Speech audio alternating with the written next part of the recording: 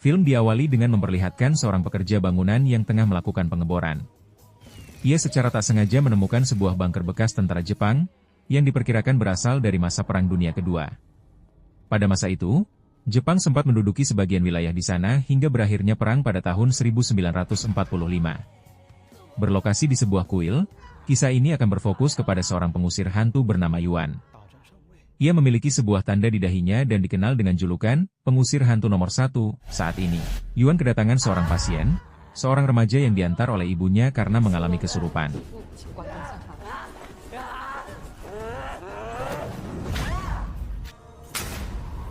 Setelah pengusiran selesai, para pengunjung kuil pun merasa takjub dengan kemampuan Yuan dan secara sukarela, mereka memberikan donasi untuk amal. Namun ternyata, di balik kejadian tersebut terungkap bahwa Yuan telah menyewa si remaja dan ibunya untuk berpura-pura sebagai pasien kesurupan, demi mengumpulkan dana amal atas nama seseorang. Saat hendak pulang, Yuan didatangi oleh seorang ketua preman kampung bernama Samidi.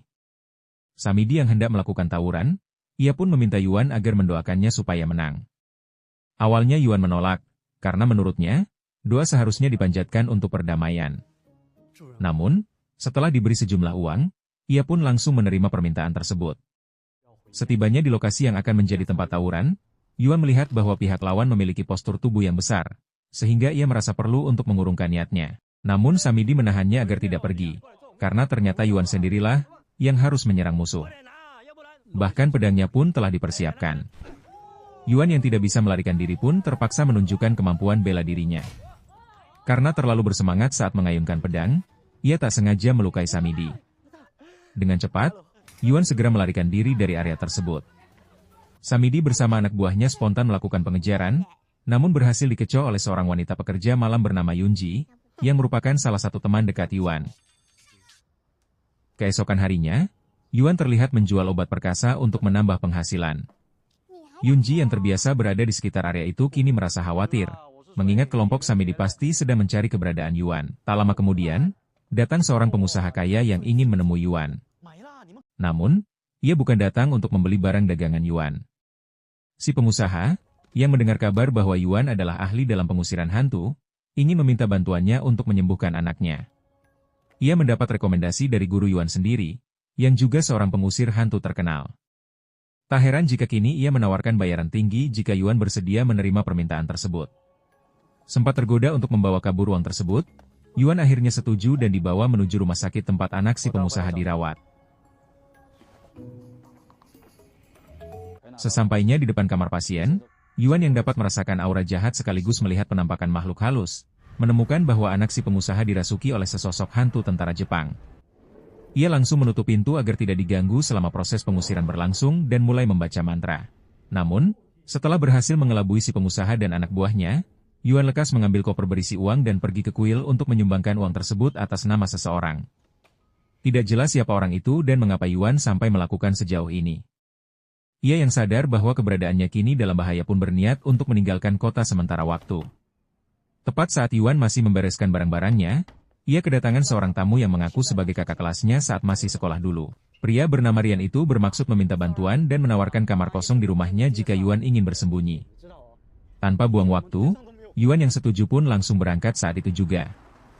Sesampainya di lokasi, Yuan dibawa menuju salah satu kamar dan langsung merasakan aura jahat dari dalam ruangan tersebut. Ia diminta untuk menyembuhkan seorang anak, yang mana Rian selaku ayah mengaku telah bertemu dengan guru Yuan dan mendapat rekomendasi agar Yuan yang menangani masalah itu.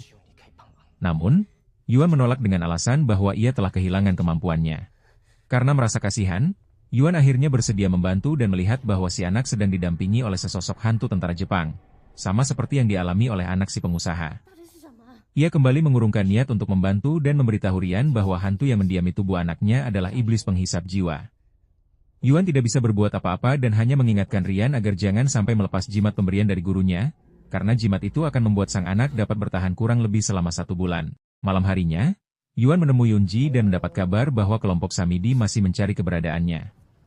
Karena tak ingin membuat Yunji khawatir, Yuan pun meyakinkannya bahwa para berandalan tersebut tidak mungkin berani melukai sembarang orang.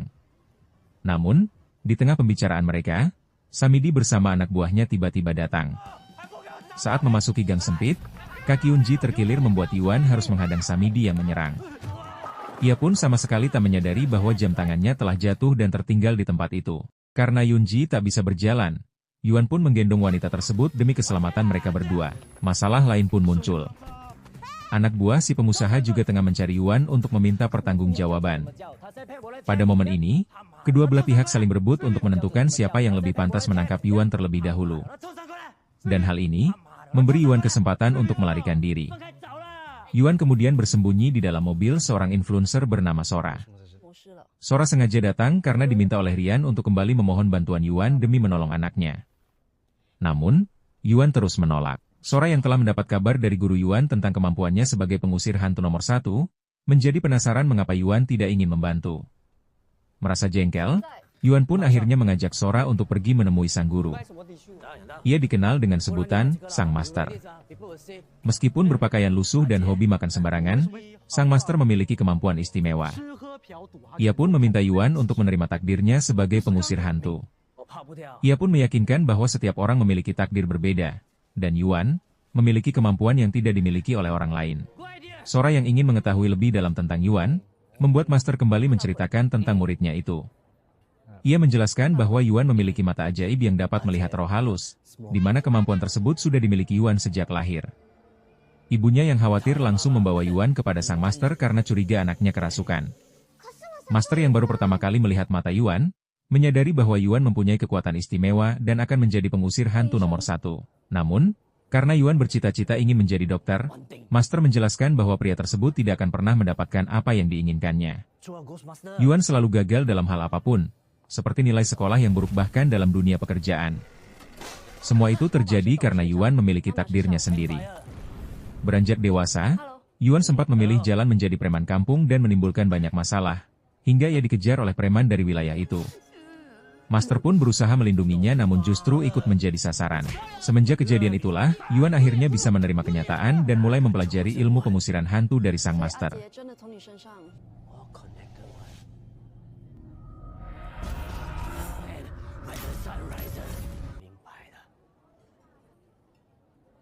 Yuan yang saat ini masih mencari jam tangannya akhirnya berhasil ditemukan oleh Yunji yang mendampinginya. Yunji yang penasaran mengapa jam itu dianggap istimewa tidak diberitahu oleh Yuan akan alasannya menyukai jam tangan tersebut. Sebagai bentuk perayaan, Yuan pun mengajak Yunji untuk makan malam.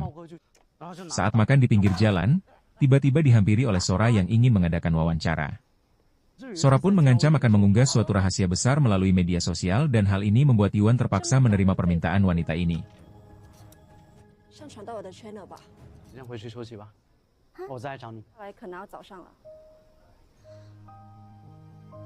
Sesampainya di rumah, Sora memperlihatkan sebuah video saat dirinya berada di warung makan sebelumnya. Di sini, fakta sebenarnya pun terungkap jika Yunji sebenarnya sudah mati. Dan hanya Yuanlah yang bisa melihatnya. Dengan fakta bahwa Sora sudah mengetahui kenyataan ini, Yuan pun memulai wawancara dengan menceritakan kejadian 1,5 tahun yang lalu. Saat itu, ia masih menjadi pengusir hantu dan mendapat pekerjaan dari seorang pemilik tempat prostitusi yang mengaku sering diganggu oleh sosok wanita yang mengakhiri hidupnya dengan cara cosplay menjadi Spider-Man. Yuan pun langsung membuat sebuah portal gaib untuk mengirim hantu tersebut ke alam yang semestinya. Namun, si hantu menolak pergi seolah menyimpan dendam. Yuan pun lekas bertanya pada pemilik tempat tersebut, hingga terkuak fakta bahwa para wanita di sana dipekerjakan secara paksa sebagai pekerja malam dan diperlakukan secara tidak manusiawi. Mengetahui hal itu, Yuan meyakinkan si hantu bahwa pemilik tempat telah menyesali perbuatannya. Untuk memastikan pemilik tempat tidak mengulangi perbuatannya, Yuan pun meminta agar para wanita korban dibebaskan. Dari sanalah awal pertemuannya dengan Yunji, yang merupakan korban penipuan online. Karena tidak memiliki tempat tinggal, Yunji terus mengikuti Yuan. Merasa kasihan, Yuan pun membawanya ke salah satu kontrakan kosong untuk Yunji tinggali sementara waktu. Beberapa hari berlalu, Yuan mengunjungi Yunji dan secara tak sengaja menerawang penderitaan yang dialaminya. Setelah dikurung dalam ruangan, Yunji hanya ditemani oleh bunga melati yang menjadi satu-satunya harapan untuk bertahan hidup. Untuk menghiburnya, Yuan membelikan bunga dengan jenis yang sama agar bisa dirawat oleh Yunji. Tak hanya itu, Yuan yang mengetahui bahwa Yunji menyimpan trauma berat, memutuskan untuk membawanya ke kuil dan menjadikannya asisten pengurus di sana. Secara tidak langsung, hal itu membuat Yunji menjadi lebih terbuka dan perlahan mulai melupakan masa lalunya yang kelam. Hingga pada suatu malam, saat mereka berjalan-jalan, mereka berhenti di sebuah tempat penjualan aksesori. Dan di sini, Yuan pun membelikan sebuah jam tangan untuk Yunji. Dari sini terungkap bahwa jam tangan yang digunakan Yuan selama ini ternyata adalah jam tangan tersebut. Yunji yang mulai membuka perasaannya pun memberanikan diri untuk menggenggam tangan pria yang dicintainya. Namun, momen itu tidak berlangsung lama karena arah jalan pulang yang berbeda membuat mereka harus berpisah. Yuan yang sadar bahwa Yuli menyukainya pun memutuskan untuk kembali menemuinya. Namun ia dibuat terkejut saat melihat kerumunan warga tengah menyaksikan korban kecelakaan yang baru saja terjadi. Yuan pun merasa sangat terpukul saat menyadari bahwa korban tersebut adalah Yunji.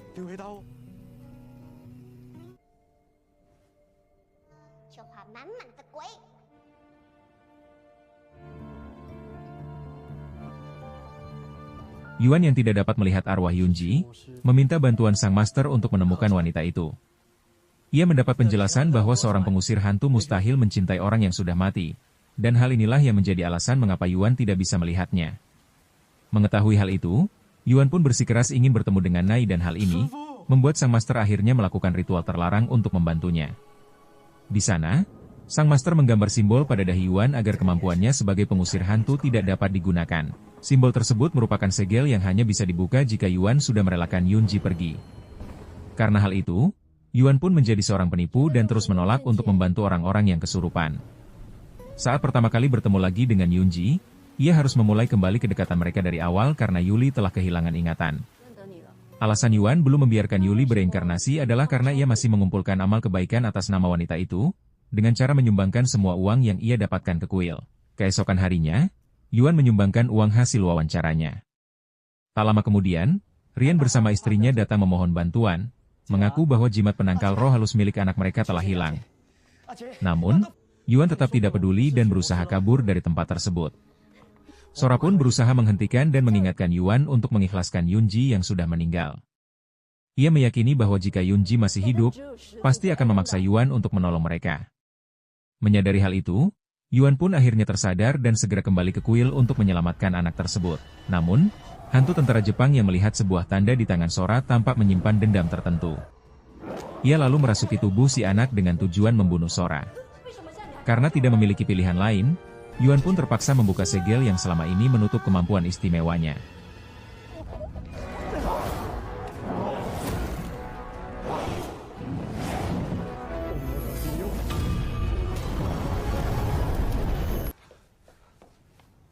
Setelah berhasil mengusir hantu Jepang itu, Yuan segera menyusuri semua tempat, berharap masih bisa bertemu dengan Yunji. Namun karena hal itu mustahil, ia pun frustrasi dan memutuskan untuk menyendiri guna menenangkan pikiran. Tak lama, Samidi bersama anak buahnya datang dan kembali menghajar Yuan. Beruntun, Sora muncul hingga membuat para preman itu pergi. Saat kembali sadar, Yuan sudah berada di rumah Sora dan mendapati sepucuk surat. Dalam surat itu, Sora mengatakan bahwa ia sedang pergi karena ada urusan. Di sana, Yuan juga menemukan jimat milik si anak yang ternyata telah dicuri oleh Sora. Menyadari bahwa Sora sengaja melakukan hal itu demi konten, Yuan pun segera menghubunginya. Namun Sora menolak memberikan penjelasan karena sang master telah diculik oleh seorang pengusaha. Sang master ternyata dimintai pertanggungjawaban karena muridnya, yakni Yuan, yang tidak menyelesaikan pengusiran. Namun, setelah melihat hantu yang ternyata adalah tentara Jepang, master pun berusaha melarikan diri namun dipaksa untuk tetap melakukan pengusiran tersebut. Dengan sedikit bahasa Jepang yang ia ketahui, sang master mencoba melakukan negosiasi agar hantu tersebut bersedia pergi. Mendengar suara keributan, Sora yang baru tiba segera masuk bersama si pengusaha. Hantu Jepang yang melihat tanda di tangan Sora langsung merasuki tubuh korbannya. Di sana, hantu itu memanggil Sora dengan nama Mikawa. Ia mengaku telah menunggu kehadiran Sora selama 70 tahun untuk membalas dendam, meski belum jelas apa yang sebenarnya terjadi di masa lalu. Yuan yang datang tepat waktu langsung membuat segel untuk mengirim hantu itu ke alam baka. Namun, si hantu Jepang meminta bantuan kaptennya untuk menyelesaikan dendam tersebut. Dengan penuh emosi, Yuan memarahi Sora karena tidak memikirkan perasaannya saat membuat konten demi kepentingan pribadi. Ia menyadari bahwa kali ini ia benar-benar tidak akan bisa bertemu lagi dengan Yunji, wanita yang sangat dicintainya. Saat hendak meninggalkan rumah sakit, Yuan kembali mendapatkan uang sebagai imbalan atas jasanya menyelamatkan anak dari si pengusaha. Tak berhenti di situ, Yuan bersama gurunya kemudian didatangi oleh seorang perwakilan dari pihak pemerintah. Mereka diminta untuk memeriksa suatu tempat. Di sana, Yuan dan gurunya ternyata dibawa ke sebuah bunker peninggalan tentara Jepang yang ditemukan oleh para pekerja bangunan. Di dalamnya terdapat 3 tengkorak manusia yang diakini adalah tentara Jepang. Sejak bunker tersebut ditemukan, proses pembangunan langsung terhenti akibat meninggalnya beberapa pekerja secara misterius. Dengan memegang sebuah katana yang ada di ruangan itu, Yuan bisa melihat jelas kronologi saat perang berakhir. Pada waktu itu, sang kapten bersama 2 ajudannya memutuskan untuk menumbalkan 4 anggota mereka demi menjaga rahasia bahwa para tahanan telah dihabisi oleh sang kapten. Tidak terima dengan keputusan tersebut, keempat tentara itu memberontak agar bisa pulang ke kampung halaman. Salah satu dari mereka bernama Mikawa memiliki sebuah tanda di bagian tangannya.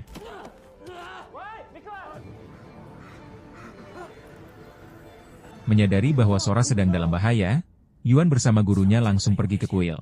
Setibanya di sana, mereka mendapati Sora tengah dicekik oleh pengurus kuil yang telah dirasuki oleh arwah si kapten tentara.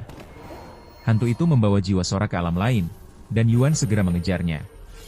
Berlokasi di sebuah dimensi berbeda, Yuan harus menghadapi si kapten demi mengambil kembali jiwa Sora. Sang master yang ikut membantunya berhasil membantu Yuan menyegel arwah kapten tersebut dengan cukup mudah.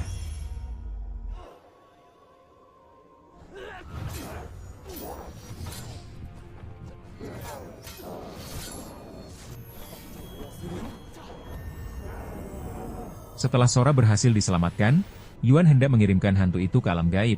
Namun hantu tersebut justru mencoba menyeret Yuan bersamanya. Beruntung, Yuan berhasil selamat berkat bantuan Yunji yang tiba-tiba muncul.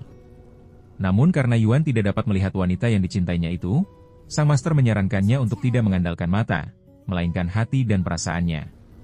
Pada saat itu juga, Yuan benar-benar dibuat bahagia saat mengetahui bahwa Yunji telah mengingat semua kenangan mereka. Namun, pertemuan ini menjadi pertemuan terakhir mereka karena Yunji harus segera pergi. Film pun tamat.